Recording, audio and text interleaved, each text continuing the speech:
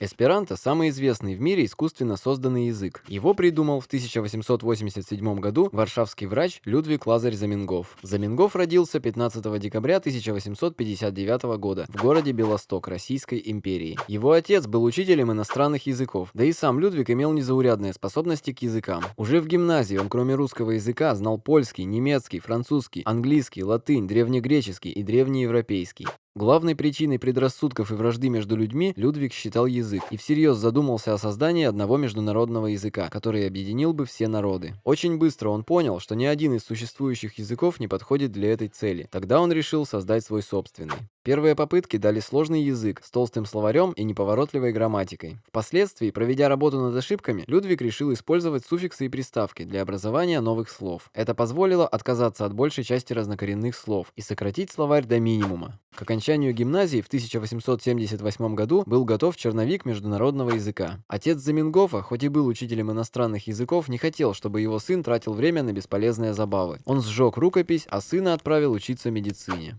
Людвиг учился сначала в Варшаве, а потом в Москве, но его голову никогда не покидали мысли о мире и помощи нуждающимся. Он приобрел большую популярность как врач среди бедных кварталов Варшавы, так как часто лечил бедняков бесплатно. Издать книгу удалось лишь спустя 9 лет, в 1887 году, и она называлась «Доктор Эсперанто. Международный язык, предисловие и полный учебник». Впоследствии псевдоним Эсперанто, что в переводе с латыни означает «надеющийся», превратился в название языка. Одним из способов распространения языка была почта. Людвиг смело заявлял: «Пишите письма на международном языке». Он считал, что письмо с соответствующим ключом к нему, по сути словариком, даст человеку полное понимание смысла написанного. Основа языка эсперанто составляет 16 основных грамматических правил и интернациональные слова, часто понятные без перевода. В нем нет огромного словаря, что способствует его быстрому изучению. Любой человек уже через 6 месяцев может свободно выражать мысли, читать и писать на эсперанто. К слову, для изучения любого другого языка необходимо от 3 до 5 лет. За простотой эсперанто не становится ущербным. Он очень благозвучный, чем-то похожий на итальянский и обладает прекрасными выразительными возможностями, чем и воспользовался Заменгоф вскоре после публикации